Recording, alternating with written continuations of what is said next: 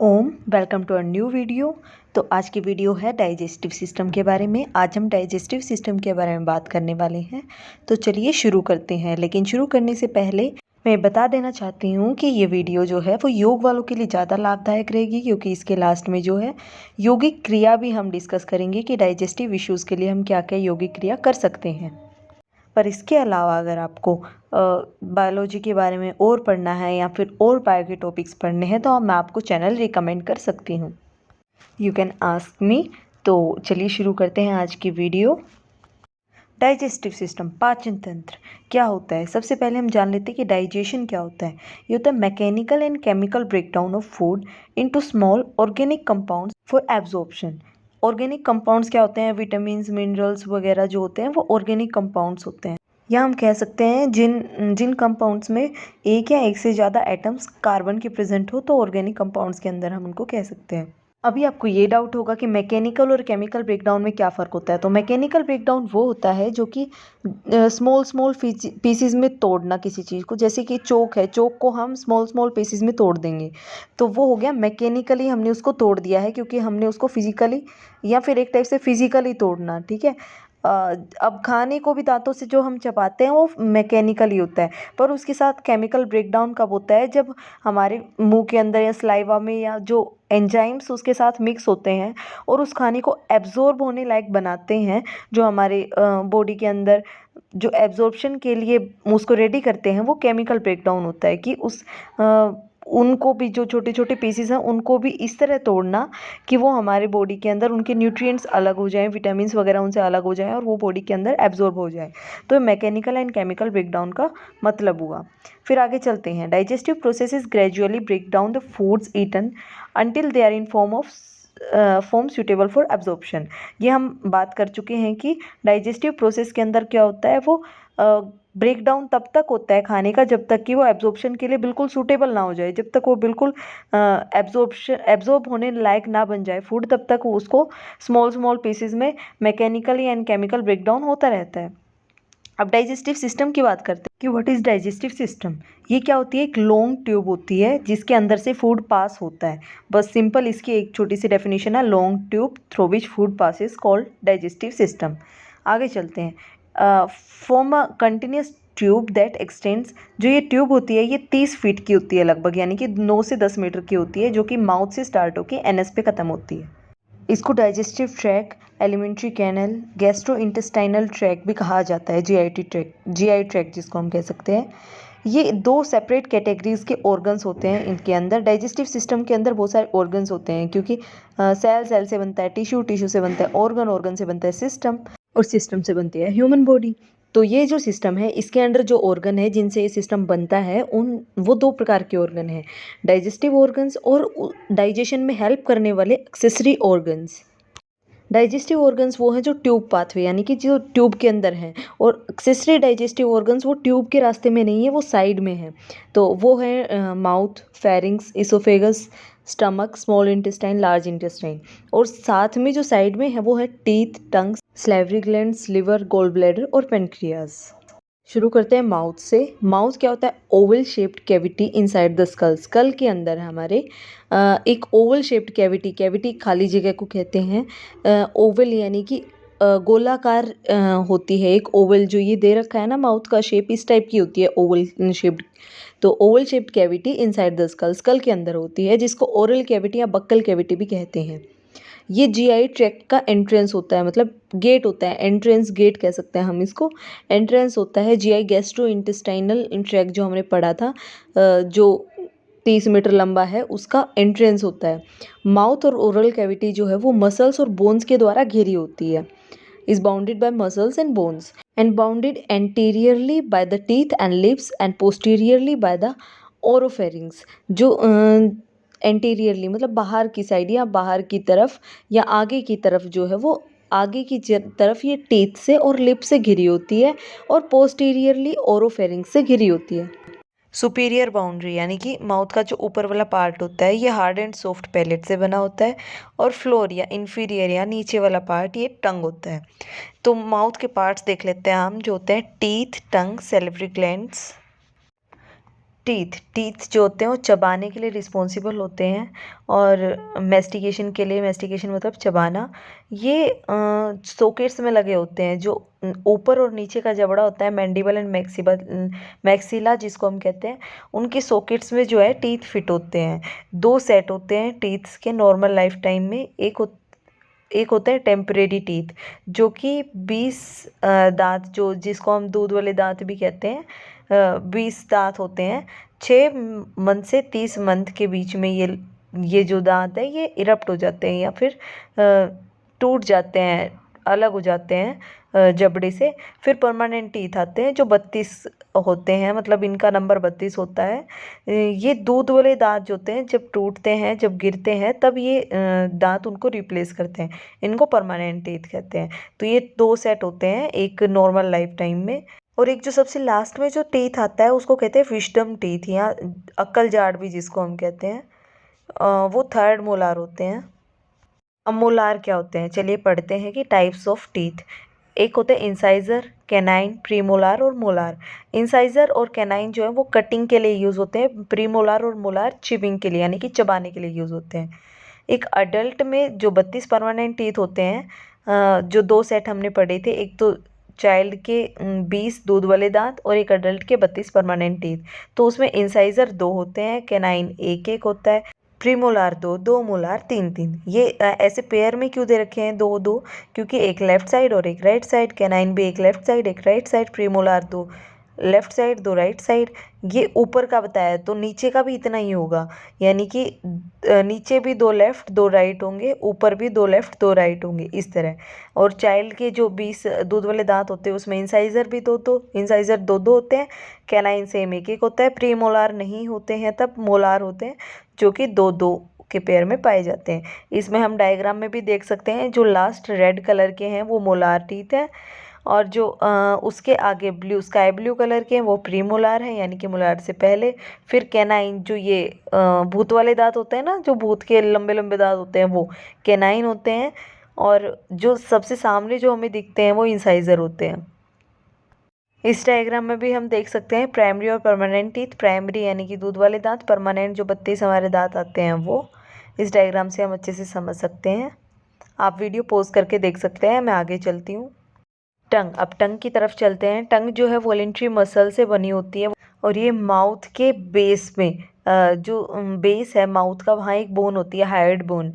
ये बोन इकलौती बोन होती है जो ना ही किसी और बोन से अटैच होती है, ये कोई जॉइंट नहीं बनाती। तो इस बोन से अटैच होती है टंग हमारी। जो जीभ का जो आगे का पार्ट होता है, सुपीरियर सरफेस जो होता है, जो सामने की तरफ जो होता है, या जो ऊपर का पार्ट होता है, जो सामने हम जीभ निकालते हैं जो आगे होता है, तो उसके अंदर जो है वो छोटे छोटे लिटिल प्रोजेक्शंस पाए जाते हैं, जिनको हम टेस्ट बर्ड्स भी कहते हैं। और ये जो टेस्ट बर्ड्स हैं ये हमारे सेंसरी ऑर्गन्स को अलाउ करते हैं टेस्ट को एक्सपीरियंस करने के लिए, यानी कि इन टेस्ट बर्ड्स से ही हमें किसी चीज़ का टेस्ट आता है। और ये जो टंग है ये क्या काम करती है, ये खाने को बोलस में क्रिएट करने का भी काम करती है। जब हम खाना चबाते हैं तो खाना इधर उधर ना जाए, उसको एक प्रॉपर, हम कह सकते गोले में बना के रखती है। जब हम खाना खाते हैं ना, तो गोला सा बना देते हैं। चूरमा जब हम हाथ से खाएं तो हम थोड़ा सा उसको हाथ में लेते हैं, गोला सा बनाते हैं, फिर मुंह में रखते हैं। उसी तरह हमारे मुंह में वो गोला बना रहता है। जीभ की मदद से हम उसको इधर से उधर हिला डुला सकते हैं, और स्वेलो करने में मदद करती है। इसके फंक्शंस अगर हम देखें, च्यूइंग चबाने में मदद करती है, फिर स्वेलोइंग निगलने में मदद करती है, स्पीच बोलने में मदद करती है, टेस्ट का पता लगता है हमें टंग से। आगे चलते हैं सेलिब्री ग्लैंड्स की तरफ। लार ग्रंथियाँ, ये जो होती है एक्सोक्राइन ग्लैंड्स होती है। एक्सोक्राइन ग्लैंड्स कौन सी होती है, शायद बाह्य स्रावी ग्रंथियाँ, पता नहीं, मतलब अंतःस्रावी ग्रंथियों के अपोजिट वाली होती हैं। अब इसका हिंदी में नाम मेरे को याद नहीं है एक्सोक्राइन ग्लैंड्स का, यानी कि जो बाहर की तरफ जो स्राव करती हैं, वोवली ग्लैंड्स, जो कि उनका सिक्रीशन जो है वो डक्ट्स के माध्यम से मुंह में करती हैं। सलाइवा क्या होता है, सलाइवा एक फ्लूइड होता है, एक तरल पदार्थ होता है, जो कि डाइजेशन के इनिशियल एक्टिविटीज़, यानी कि जो स्टार्टिंग की जो एक्टिविटीज़ होती हैं, जब शुरू होता है डाइजेशन, उसमें मदद करती हैं, उसको आगे बढ़ाती हैं, उसको आगे प्रोसेस को आगे बढ़ाने में मदद करती हैं। ये लगभग 1 से 1.5 लीटर जो होता है वॉल्यूम रहता है सलाइवा का, इतना सिक्रीट होता है हर रोज़। और जो सलाइवा है वो 99% पानी का बना होता है, और ये और अदर कंपोनेंट्स का मिक्सचर भी होता है। जो फंक्शंस है सलाइवा का वो क्या होता है? Lubrication of food. लुब्रिकेशन यानी कि चिकनाहट प्रदान करना खाने को, या हम कह सकते हैं हमारे खाने को थोड़ा स्मूथ सा बनाती है। जो हार्ड फूड जो हम लेते हैं उसको स्मूथ सा जब हम चबाते हैं वो मिक्स होके उसको स्मूथ सा बनाती हैं, एक लिक्विड टाइप से बनाती हैं। फिर सेकंड है cleaning and lubricating the mouth. Mouth को भी हमारे माउथ में भी चिकनाहट रखती है, सूखा नहीं रखती हैं। थर्ड है टेस्ट। टेस्ट में भी सलाइवरी ग्लैंड्स काम करती हैं टेस्ट को इन्हेंस करने में। और फोर्थ है ये जो सलाइवरी ग्लैंड्स होती हैं ये सलाइवा के मदद से, सलाइवा की मदद से जो स्टार्च होता है, जो कॉम्प्लेक्स शुगर्स जिसको हम कहते हैं, उनको छोटे छोटे सिंपल शुगर्स में, माल्टोज में तोड़ने में मदद करती हैं या फिर स्टार्ट करती हैं वो प्रोसेस। फिफ्थ है डिफेंस मैकेनिज्म। डिफेंस मैकेनिज्म यानी कि जो लाइजोसोम होते हैं, इम्यूनोग्लोबिन जो होते हैं सलाइवा में प्रेजेंट होते हैं, जो माइक्रोब्स को कॉम्पैक्ट यानी कि उनको ख़त्म करते हैं। 3 पेयर में सलाइवरी ग्लैंड्स पाए जाते हैं हमारी बॉडी में, पैरोटिड ग्लैंड्स, सबमैंडिबुलर ग्लैंड्स और सबलिंगुअल ग्लैंड्स। पैरोटिड ग्लैंड्स कौन से होते हैं? ये फेस के एक एक साइड, दोनों साइड प्रेजेंट होते हैं, एक एक साइड।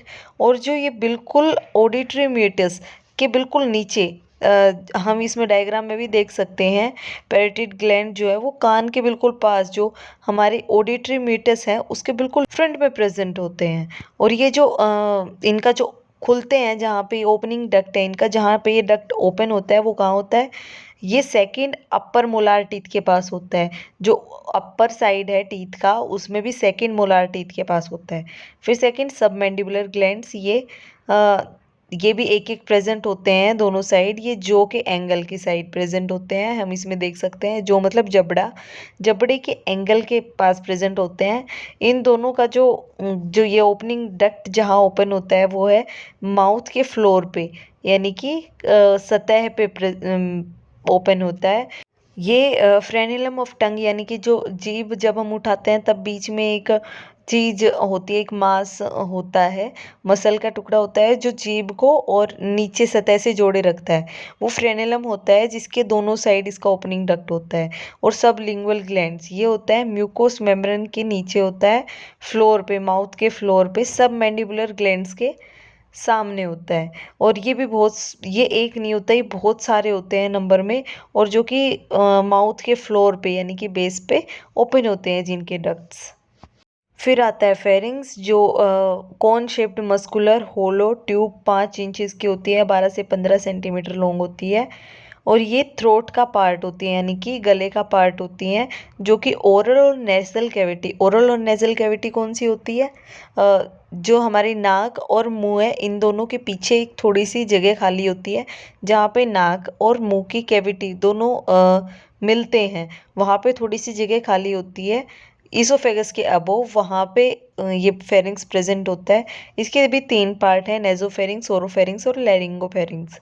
तो नेजोफेरिंग्स कौन सा होता है? वो थ्रोट के ऊपर का पार्ट होता है जो कि नाक के पीछे होता है। और ये जो नेजोफेरिंग्स है ये ऑडिटरी ट्यूब्स को मिडल एयर से कनेक्ट करती हैं। फिर आता है ओरोफेरिंग्स, जो कि मिडल पार्ट होता है फेरिंग्स का। ये ओरल कैविटी के पीछे होता है, वो नेजल कैविटी के पीछे था, ये ओरल कैविटी के पीछे होता है। और ये सॉफ्ट पैलेट, जो हमारा सॉफ्ट पैलेट है उसका और हायोइड बोन के बीच का प्लेस होता है, बीच का पार्ट होता है। फिर लैरिंगोफेरिंग्स, ये होता है ईसोफेगस का एंट्रेंस, बिल्कुल ईसोफेगस के बिल्कुल ऊपर होता है। और ये क्या काम करता है? ये एयर के पैसेज को रेगुलेट करने का काम करता है, कि जो एयर है वो लंग्स में जाए उस वाली ट्यूब से, और फूड जो है वो ईसोफेगस में जाए ईसोफेगस के थ्रू, या फिर उस ट्रैक से, ये एक दूसरे के ट्रैक में ना घुस जाए, ये काम करता है फेरिंग्स। और जो ओरोफेरिंग्स और लैरिंगोफेरिंग्स है ये मस्कुलर वॉल होती हैं, जो काम करती हैं कि ईसोफेगस में खाना अच्छे से जाए और सांस लेते हुए हमारी जो इनहेल जो हम कर रहे हैं सांस, वो उसी ट्यूब के थ्रू लंग्स में जाए। फिर बात करते हैं ईसोफेगस क्या होता है। ये एक मस्कुलर ट्यूब होती है, 25 सेंटीमीटर लंबी होती है लगभग, जो लैरिंगोफेरिंग से शुरू होकर स्टमक तक खत्म होती है, वर्टिब्रल कॉलम के सामने होती है और ट्रैकिया के पीछे की तरफ होती है। ये कंटिन्यूस होती है, फेरिंग से लेके डायफ्रम के ऊपर ख़त्म होती है, जो कि लगभग लगभग 10th थोरेसिक वर्टिब्रे जो है उसके आसपास। तो ये स्टमक को ज्वाइन करती है, कहाँ, स्टमक को ऊपर माउथ से ज्वाइन करती है, बीच में ट्यूब होती है। और जो इसका ऊपर और लोअर एंड है वो ईसोफेगस का, वो स्पिंचर से क्लोज होता है। स्पिंचर मतलब हम वॉल्व कह सकते हैं, यानी कि अगर एक बार खाना उसमें गया तो वापस ऊपर नहीं आएगा, और ताकि नीचे ये काम अच्छे से करे, वॉल्व कह सकते हैं हम स्पिंचर्स को। स्पिंचर भी दो होते हैं, एक तो अपर ईसोफेगल स्पिंचर होता है और एक होता है लोअर ईसोफेगल स्पिंचर। अपर ईसोफेगल स्पिंचर को क्रिकोफेरिंजियल स्पिंचर भी कहते हैं, जो कि क्या काम करता है कि जो एयर जो हम रेस्पिरेशन में यूज़ कर रहे हैं वो उससे बचाता है, कि उस एयर को पास होने में मदद करता है कि ईसोफेगस में ना आए। और लोअर ईसोफेगल क्या होता है, वो एसिडिटी या एसिड रिफ्लेक्स को बचाता है, कि जो भी पेट में एसिड बनता है हमारे स्टमक में, जो भी जूसेस रिलीज होते हैं वो ईसोफेगस में ना आए, ये काम करता है। फिर आता है स्टमक में। स्टमक क्या होता है, जे लाइक स्ट्रक्चर होता है, आप इसमें भी देख रहे हैं कि जे जे टाइप सा बना हुआ है। ये भी एलिमेंट्री ट्रैक्ट का पार्ट होता है, और जो ईसोफेगस से स्टार्ट होता है और स्मॉल इंटेस्टाइन पे जाके ख़त्म होता है। और ये कहाँ कहाँ पे सिचुएटेड होता है, ये left left side epigastric region पे, एब्डोमिनल कैविटी, यानी कि एब्डोमिन में एब्डोमिन का जो एरिया है वहाँ पे कैविटी है, वहाँ प्रेजेंट होता है, जो स्प्लीन के एंटीरियर साइड यानी कि सामने वाली साइड, ऊपर वाली साइड प्रेजेंट होता है। अब स्ट्रक्चर समझ लेते हैं स्टमक का। स्ट्रक्चर में हम 3-4 चीज़ें पढ़ेंगे। कार्डियक, जो कि स्टमक का सबसे पहला पार्ट होता है, जो इसोफेगस से जो कनेक्ट होता है उसको कार्डियक कहते हैं।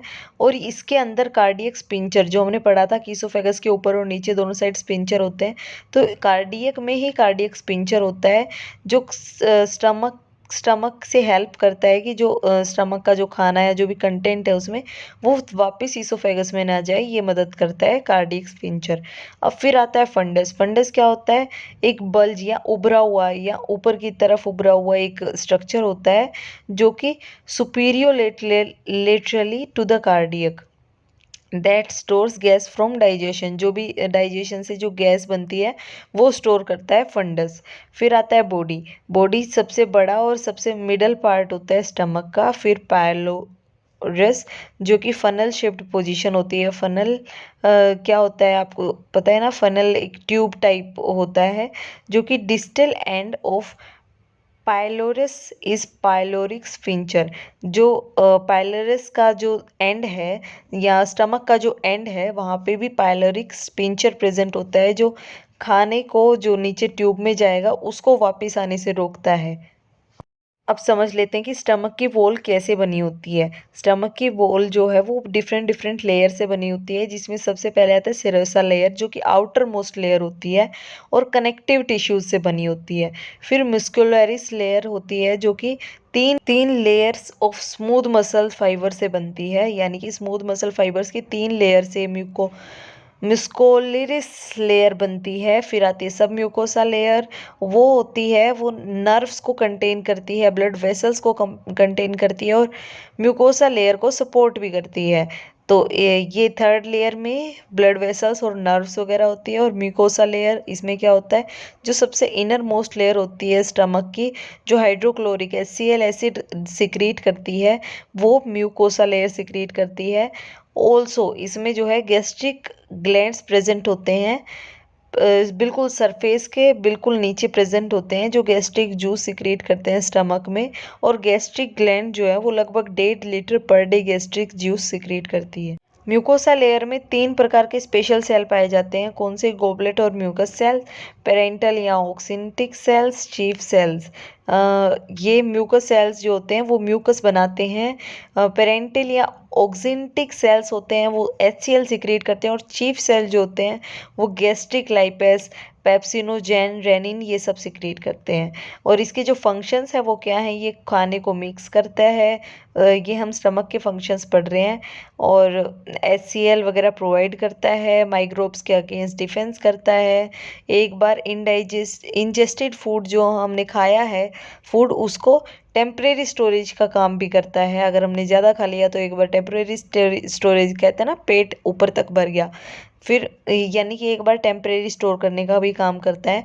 पेप्सिनोजेन जो है उनको एक्टिवेट करता है, मैकेनिकल ब्रेकडाउन में भी काम करता है। अगर हमने खाना मुंह से अच्छे से नहीं चबाया है तो ये वहाँ जाके चबेगा, पेट में जाके भी मैकेनिकल ब्रेकडाउन होता है खाने का। फिर म्यूकस जो है वो इंजरी से प्रिवेंट करता है। स्टमक वॉल पे जो हम खाना खाते हैं, कुछ ऐसे चुभने वाला भी खाना खाते हैं, कई बार सूखी रोटी वगैरह खा लेते हैं, तो वो इंजरी से भी प्रिवेंट करता है म्यूकस जो सिक्रेट होता है स्टमक में। अब अगला ऑर्गन चलते हैं पेनक्रियाज की तरफ, जो कि एक लीफ शेप्ड इलोंगेटेड ऑर्गन होता है। 12 से 15 सेंटीमीटर का लीफ शेप्ड ऑर्गन होता है, यानी कि पत्ती के आकार की संरचना होती है, जो कि लेफ्ट एपिगैस्ट्रिक रीजन में प्रेजेंट होता है, स्टमक के पीछे, पेट के पीछे लेफ्ट साइड एपिगैस्ट्रिक रीजन में प्रेजेंट होती है। और पेनक्रियाज के जो पार्ट होते हैं वो होता है हेड, बॉडी और टेल। पेनक्रियाज एक मिक्स्ड ग्लैंड है, यानी कि एंडोक्राइन ग्लैंड भी है, एक्सोक्राइन ग्लैंड भी है, जो एंडोक्राइन सेल्स और एक्सोक्राइन सेल्स दोनों टाइप की सेल्स को कंटेन करती है। एक्सोक्राइन सेल्स को एसिनी कहते हैं, जो कि pancreatic gland pancreatic juice produce करती है 1.5 लीटर पर डे। और प्रोटीन डाइजेशन, इसका कार्य होता है प्रोटीन डाइजेशन। जैसे ट्रिप्सोजेन जो होते हैं, क्रीमोट्रिप्सोनोजेन, यानी कि जो इनएक्टिव फॉर्म में ट्रिप्सोजेन होता है, उन सब को कन्वर्ट करती है ट्रिप्सिन, या एक्टिव फॉर्म में, मतलब जो इनएक्टिव फॉर्म में जो प्रेजेंट होते हैं एंजाइम्स, उनको एक्टिव फॉर्म में कन्वर्ट करने का काम करती है। फिर ये कार्बोहाइड्रेट का डाइजेशन करने में भी काम करते हैं, फैट डाइजेशन भी इनका काम होता है। और फिर उसके बाद ये जो है अल्फ़ा बीटा गामा के सेल्स कंटेन करते हैं, मतलब इनके अंदर अल्फ़ा बीटा गामा सेल्स होते हैं जो कि हार्मोन्स प्रोड्यूस करते हैं। कौन से हार्मोन्स? अल्फ़ा सेल जो है वो ग्लूकैजोन ये सिक्रेट करता है, और जो कि ब्लड के ग्लूकोज लेवल, जब ब्लड का ग्लूकोज लेवल कम होता है ना, तब सिक्रेट करता है, जो कि जो हमारा ग्लाइकोजन जो स्टोर्ड है, जो एक्स्ट्रा फैट के रूप में हमने इमरजेंसी के लिए हमारे शरीर में स्टोर्ड है, उसको ग्लूकोज में कन्वर्ट करने का काम करता है हार्मोन। फिर इंसुलिन हार्मोन, ये बीटा सेल सिक्रीट करते हैं इंसुलिन हार्मोन, जो ब्लड में तब प्रोड्यूस होता है जब ग्लूकोज लेवल हाई होता है, ताकि जो एक्स्ट्रा ग्लूकोज है उसको ग्लाइकोजन की फॉर्म में स्टोर कर सके। फिर गामा सेल्स होते हैं जो कि सोमेटोस्टेटिन हार्मोन को सिक्रीट करते हैं, और वो ग्रोथ हार्मोन होता है जो कि पिट्यूटरी ग्लैंड द्वारा रिलीज होता है। और ये जो है ये इंसुलिन और ग्लाइकोजन दोनों हार्मोन्स के सिक्रीशन को इनहिबिट करता है या कंट्रोल करता है, फिर उनको देखता है। आगे बात करते हैं स्मॉल इंटेस्टाइन की, जो कि 5 से 7 मीटर लॉन्ग है, जो स्टमक से लेके लार्ज इंटेस्टाइन तक का पार्ट है वो स्मॉल इंटेस्टाइन होता है। ये भी एब्डोमिनल कैविटी में प्रेजेंट रहती है और लार्ज इंटेस्टाइन से सराउंडेड रहती है। इसके चारों लार्ज इंटेस्टाइन होती है। इसके पार्ट होते हैं ड्यूओडेनम, जेजुनम। ड्यूओडेनम जो है वो 25 सेंटीमीटर लॉन्ग होता है, और ये पेनक्रियाज के बाहर से सराउंडेड होता है, कर्व्स होता है। इसमें एक और बात कि गॉल ब्लैडर और पेनक्रियाज का जो सिक्रीशन होता है, जो भी वो सिक्रीट करते हैं, जो से सिक्रीट करते हैं, वो एक कॉमन स्ट्रक्चर यानी कि एक जगह पे आके मिलते हैं, और उसको कहते हैं हेपेटोपेनक्रिएटिक एम्ब्यूला, जो कि हेपेटोपेनक्रिएटिक स्पिंचर द्वारा गार्डेड होता है, यानी कि स्पिंचर होता है, वहाँ पे भी एक वोल्व टाइप होता है जो कि उसको रोकता है वहाँ पे। फिर आता है जेजुनम। जेजुनम होता है वो स्मॉल इंटेस्टाइन का मिडल वाला पार्ट होता है, जो 2.5 मीटर लंबा होता है, और ड्यूडेनम से इलियम तक होता है। ड्यूडेनम इसका ऊपर वाला पार्ट, इलियम इसका नीचे वाला पार्ट, तो उसके बीच का पार्ट जेजुनम होता है। फिर जो इसका फाइनल सेगमेंट है, फाइनल पार्ट है, वो है स्मॉल इंटेस्टाइन का 3 मीटर लंबा इलियम, जो जेजुनम से इलियोसिकल वोल्व तक होता है। इलियोसिकल वोल्व क्या होती है? इलियोसिकल वोल्व स्पिंचर, वोल्व या इलियोसिकल स्पिंचर, जो कि स्मॉल इंटेस्टाइन से लार्ज इंटेस्टाइन को जोड़ती है। वहाँ पे एक स्पिंचर होता है, उसको जो स्मॉल इंटेस्टाइन से जो मटेरियल लार्ज इंटेस्टाइन में जब ट्रांसफ़र होता है तब उसको कंट्रोल करती है, या तब उसके लिए होती है कि वो बैक फ्लो ना करे, तो उसके लिए इलियोसिकल वॉल्व होती है। और यही है इलियम में। फिर आते हैं स्मॉल इंटेस्टाइन की लेयर। कौन कौन सी लेयर से बना होता है स्मॉल इंटेस्टाइन? तो होती है सेरोसा लेयर, जिसको हम पेरिटोनियम भी कहते हैं। फिर होते हैं मस्कुलर लेयर, सबम्यूकोसा लेयर और म्यूकोसा लेयर। म्यूकोसा लेयर की सबसे पहले बात करते हैं कि ये छोटी छोटी फिंगर लाइक प्रोजेक्शंस जो इसमें दिखा भी रखी है डायग्राम में, और जिनको विली कहते हैं, वो 1 mm की होती हैं लगभग, उनका साइज़ 1 mm होता है, उनसे उनको कंटेन करती है। और ये जो और इनके ऊपर भी जो है वो छोटे छोटे फिंगर लाइक स्ट्रक्चर्स ही प्रेजेंट होते हैं, जिनको टिनी माइक्रोविली कहते हैं या ब्रश बॉर्डर भी कहते हैं, जो 1 mm यानी कि उनसे भी छोटा होता है। 1 mm की जो वो थी उनसे भी छोटा होता है ये, और लगभग 1.5 लीटर यानी कि 1500 ml per day intestinal juice secrete करती हैं। ये जो ग्लैंड्स विली के बीच में प्रेजेंट होती हैं इंटेस्टाइन में, वो लगभग 1.5 लीटर इंटेस्टाइनल जूस सिक्रीट करती हैं पर डे। अब स्मॉल इंटेस्टाइन के फंक्शंस पढ़ लेते हैं। सबसे पहला तो ये कार्बोहाइड्रेट, प्रोटीन, फैट का जो डाइजेशन अधूरा रह गया था, केमिकल डाइजेशन उसको पूरा कर देती हैं। फिर उसके बाद कुछ माइक्रोब्स जो प्रेजेंट होते हैं हमारे शरीर के अंदर या चले जाते हैं खाने के थ्रू, उनसे प्रोटेक्ट करती है हमें। फिर न्यूट्रिएंट्स को अब्जॉर्ब करने का भी काम यहाँ होता है। फिर कार्बोहाइड्रेट जो है उनको छोटे छोटे मोनोसेक्राइड्स में तोड़ने का काम करती है, और प्रोटीन को अमीनो एसिड में तोड़ने का काम करती है, फैट को फैटी एसिड में तोड़ने का काम करती है। प्रोटीन डाइजेशन होता है, कार्बोहाइड्रेट डाइजेशन होता है। बस उसके फंक्शन यहीं पर ख़त्म करते हैं। फिर लार्ज इंटेस्टाइन की तरफ बढ़ते हैं कि ये 1.5 मीटर लंबी ट्यूब होती है, जो कि सीकम से स्टार्ट होकर एनस पे ख़त्म होती है, और ये स्मॉल इंटेस्टाइन को सराउंड करती है, जो हम स्मॉल इंटेस्टाइन में भी पढ़ चुके हैं। और इसका ल्यूमन यानी कि जो स्पेस होता है इसके अंदर जिसमें से स्टूल जो है वो पास होता है, उसको ल्यूमन कहते हैं। वो बड़ा होता है कंपेरेटिवली स्मॉल इंटेस्टाइन। और जो पार्ट होते हैं लार्ज इंटेस्टाइन के वो होते हैं सीकम सबसे पहला पार्ट, फिर असेंडिंग कोलोन, ट्रांसवर्स कोलोन और डिसेंडिंग कोलोन। तो सीकम जो होता है वो 6 सेंटीमीटर लंबी ट्यूब होती है, जो कि लिम्फोइड टिश्यू को कंटेन करती है, यानी कि इसके अंदर लिम्फोइड टिश्यू प्रेजेंट होता है। ये जो है इलियम से आने वाले मटेरियल को रिसीव करती है। इलियम क्या था? स्मॉल इंटेस्टाइन का लास्ट पार्ट था इलियम, उसके मटेरियल को रिसीव करती है। और इलियम और सीकम के बीच में जो वॉल्व प्रेजेंट होती है उसको इलियोसिकल वॉल्व कहते हैं, वो भी हम पढ़ चुके हैं। ये लगभग 8 से 9 सेंटीमीटर लंबी वेरिफॉर्म अपेंडिक्स कंटेन करती है। फिर आती है असेंडिंग कोलोन, जो कि ऊपर की तरफ, असेंडिंग कोलोन आप इस डायग्राम में भी देख सकते हैं, जो ऊपर की तरफ जाती है, पासेज अपवर्ड्स, सीकम से अपवर्ड की तरफ जाती है, जो कि 10 से 20 सेंटीमीटर लगभग लंबी होती है, और राइट साइड कोलिक फ्लेक्सर से मुड़ जाती है। ये फिर इससे आगे ट्रांसवर्स कोलोन आ जाता है, जो कि एब्डोमेन को क्रॉस करती है राइट से लेफ्ट की तरफ, और फिर लेफ्ट साइड कोलिक फ्लेक्सर से, स्प्लेनिक फ्लेक्सर जिसको हम कहते हैं, 50 सेंटीमीटर लगभग ये लंबी होती है, और कोलिक फ्लेक्सर से फिर नीचे की साइड मुड़ जाती है। डिसेंडिंग कोलोन फिर वो नीचे की साइड जाती है, जिसमें नीचे की साइड पास होती है 20 से 25 सेंटीमीटर लंबी लगभग ये। और फिर ये मिड लाइन की तरफ, जो हमारी अगर ह्यूमन बॉडी को एनाटॉमिकली बीच से कट करें तो मिड सजाइटल प्लेन से कट करें तो जो मिड लाइन होती है उसकी तरफ मुड़ जाती है। देन आता है सिग्मोइड कोलोन, जो कि लगभग 40 सेंटीमीटर एस शेप्ड सेगमेंट होता है, जो सिग्मोइड फ्लेक्सर से शुरू होकर नीचे की तरफ रेक्टम की तरफ जाता है। रेक्टम क्या होता है?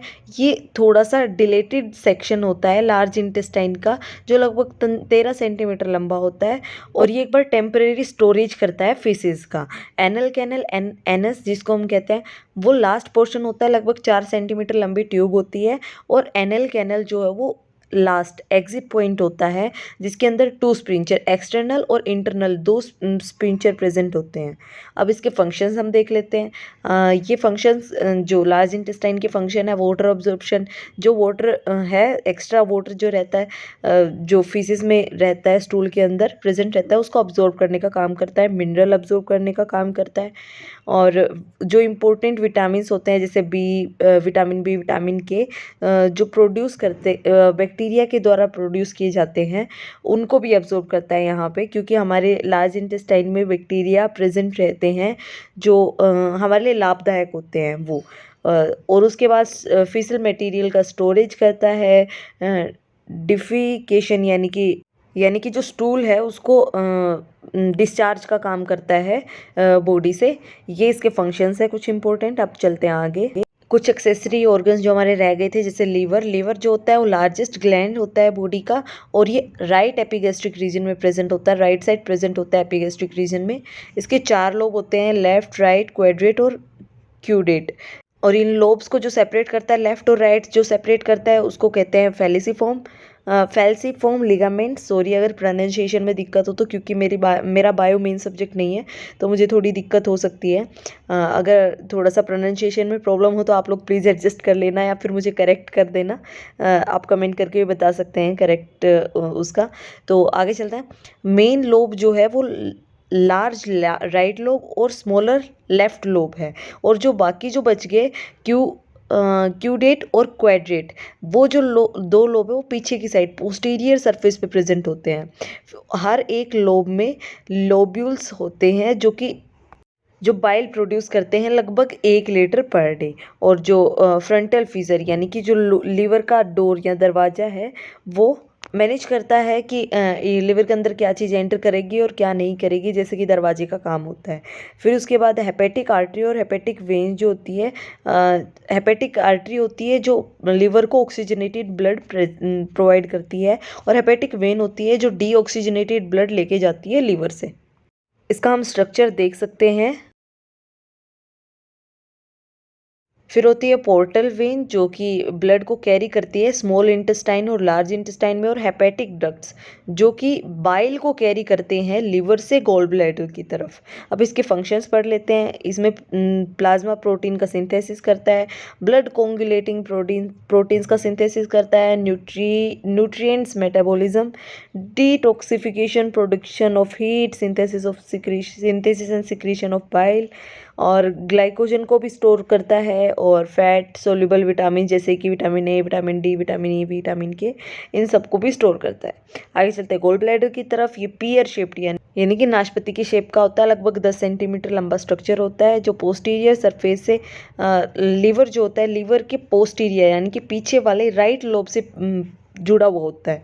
इसके पार्ट्स होते हैं fundus, body, neck continues with cystic duct, और जो नेक जो होती है वो सिस्टिक डक्ट से कंटिन्यू करती है।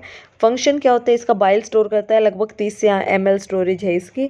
बाइल क्या होता है? बाइल एक डार्क येलो ग्रीन कलर का फ्लूइड होता है, जो कि बाइल बिलीरुबिन और बिलीवर्डिन इन 2 पिगमेंट्स को कंटेन करता है, मतलब उसके अंदर प्रेजेंट रहते हैं, और ये फैट इमल्सिफिकेशन के लिए इम्पोर्टेंट होता है। अब हम योगा का डाइजेस्टिव सिस्टम पे इफेक्ट देख लेते हैं कि डाइजेस्टिव ऑर्गन, सबसे पहले अपर डाइजेस्टिव ऑर्गन जो माउथ, इसोफेगस, स्टमक तक है।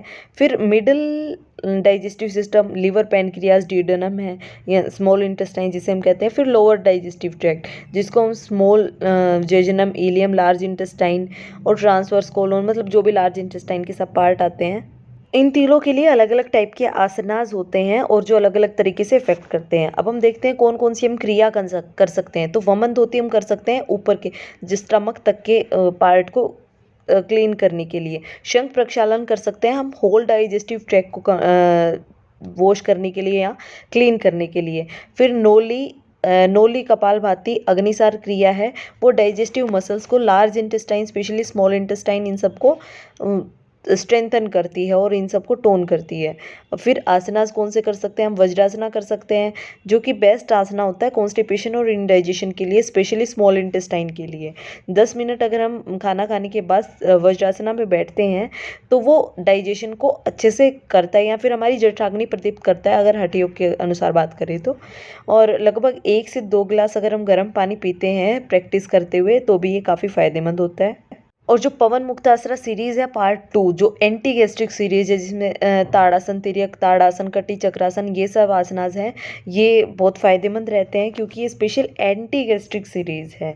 और फिर उसके बाद फॉरवर्ड और बैकवर्ड बेंडिंग आसनास जैसे कि भुजंगासन, उष्ट्रासन, धनुरासन, जो भी सारे फॉरवर्ड बेंडिंग और बैकवर्ड बेंडिंग आसनास हैं, वो सब जो है वो मसाज करते हैं एब्डोमिनल ऑर्गन्स के।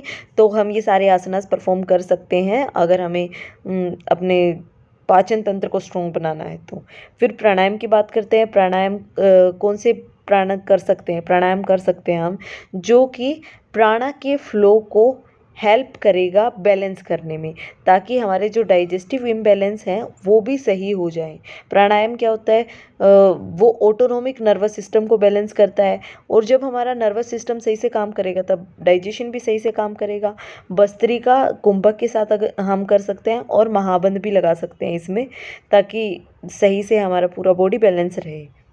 नाड़ी शोधन प्राणायाम का भी ईडा और पिंगला नाड़ी यानी कि लेफ्ट और राइट नोस्ट्रिल पे बहुत अच्छा असर होता है, जो कि हमारे मेटाबॉलिज्म को बैलेंस करने में काम आता है और स्ट्रेस को रिड्यूस करता है, और स्ट्रेस रिड्यूस होने से कॉन्स्टिपेशन भी क्योर होता है। ये तो इस पर तो रिसर्चेस भी हुई है। और भ्रामरी प्राणायाम जो है वो भी हम प्रैक्टिस कर सकते हैं। मुद्रा बंद में योग मुद्रा हम लगा सकते हैं, अश्विनी मुद्रा, खेचरी मुद्रा और अपान मुद्रा, इन सब का प्रैक्टिस कर सकते हैं। उड्डयन और मूलबंद भी काफ़ी फायदेमंद रहता है। रिलैक्सेशन में योग निद्रा कर सकते हैं, और मेडिटेशन में पद्मासना या वज्रासना में बैठ के हम नेवल पे ब्रीथ करते हुए नेवल पे कंसंट्रेट कर सकते हैं। मणिपुरा चक्रा मेडिटेशन कर सकते हैं, और अंतर्मौन मेडिटेशन भी इसमें हम परफॉर्म कर सकते हैं। जैसा कि डाइजेस्टिव सिस्टम से रिलेटेड है, तो डाइट इसमें सबसे ज़्यादा काम करेगी। लाइट और इजी डाइजेस्टेबल डाइट हमें लेनी चाहिए, और ऐसी डाइट हमें लेनी चाहिए जिसमें कि फाइबर ज़्यादा हो, फाइबर की मात्रा ज़्यादा हो, जैसे कि फ्रूट सैलेड वगैरह जो हैं। जूस में इतना नहीं होता जितना फ्रूट्स अगर हम ऐसे खाते हैं, नॉर्मल खाते हैं, तब उसमें होता है। हम ज़्यादा पानी पीना चाहिए, drink a plenty of water. और खाना बेड पे सोने से पहले लगभग 2 घंटे पहले हमें खाना खानी चाहिए, मतलब 2 घंटे से पहले पहले खा लेना चाहिए। 2 घंटे तक कुछ नहीं खाना चाहिए। ज़्यादा स्पाइसी और ज़्यादा तेल का खाना नहीं खाना चाहिए, और खाने की जो टाइमिंग है वो हमें ऑब्ज़र्व करते रहना चाहिए कि हम लगभग टाइम पे खाना खाएं रोज़, और रेगुलर टाइमिंग रहे हमारी। और खाना खाते हुए सेल्फ अवेयरनेस को डेवलप करना चाहिए। ज़्यादा लेट नाइट खाना नहीं खाना चाहिए। लगभग 5-6 बजे सही टाइमिंग रहता है खाना खाने का, शाम को हमें तब तक खाना खा लेना चाहिए। और खाने का भी हमें खासकर ध्यान रखना चाहिए कि खाना ज़्यादा बासी ना हो और फ्रेशली प्रिपेयर्ड हो। ज़्यादा ठंडा या इस तरह का कुछ खाना नहीं खाना चाहिए जो कि पचे ना। और खाना खाते हुए वातावरण का भी ध्यान रखना चाहिए कि शांत वातावरण होना चाहिए खाना खाते हुए, ना कि शोरगुल वगैरह। खाना धीरे धीरे चबा कर खाना चाहिए। ज़्यादा पानी नहीं पीना चाहिए खाना खाते हुए, और खाना खाने के तुरंत बाद लेटना नहीं चाहिए। और जो अदर सजेशन है वो क्या है? लगभग सुबह और शाम को वॉक कर सकते हैं 20 से 30 मिनट, और लेक्सेटिव ड्रग्स को अवॉइड करना चाहिए। उसके सिवाय हम एक्स्ट्रा प्रेशर ना डालें स्टमक पे, जैसे कि जिससे एसिड रिफ्लक्स या फिर इस तरह की कोई चीज़ हो, जैसे कि हैवी चीज़ें उठाना या बेंडिंग ज़्यादा करना। इस तरह की कुछ ज़्यादा चीज़ें हमें नहीं करनी चाहिए। ज़्यादा प्रेशर नहीं डालना चाहिए एब्डोमेन पे। और लगभग हमें ट्राई करना चाहिए कि राइट नोस्ट्रिल यानी कि पिंगला नाड़ी से पिंगला नाड़ी जो है वो डोमिनेटिव होनी चाहिए जब हम खाना खा रहे हैं। हमेशा हम देखते हैं कि हमारी दोनों नोस्ट्रिल जब चलती हैं तो एक ज़्यादा हैविली चल रही होती है। हम नाक के सामने उंगली लगा के चेक कर सकते हैं। तो राइट नोस्ट्रिल हमेशा हैविली चलनी चाहिए जब हम खाना खा रहे हैं, या फिर कोशिश कर सकते हैं कि राइट नोस्ट्रिल हैविली चले, डोमिनेटिव हो। तो this will increase the digestive fire. ये जठराग्नि प्रदीप्त करने में मदद करता है। तो यहीं पे करते हैं आज की वीडियो एंड। पता है मुझे कि ज़्यादा अच्छी वीडियो नहीं थी, पर फिर भी आई ट्राई टू एक्सप्लेन, अच्छे से एक्सप्लेन करने की पूरी कोशिश करी है। अगर आपने यहाँ तक वीडियो देखी है तो थैंक यू वेरी मच कि आपने यहाँ तक इतनी बोरिंग वीडियो देख ली।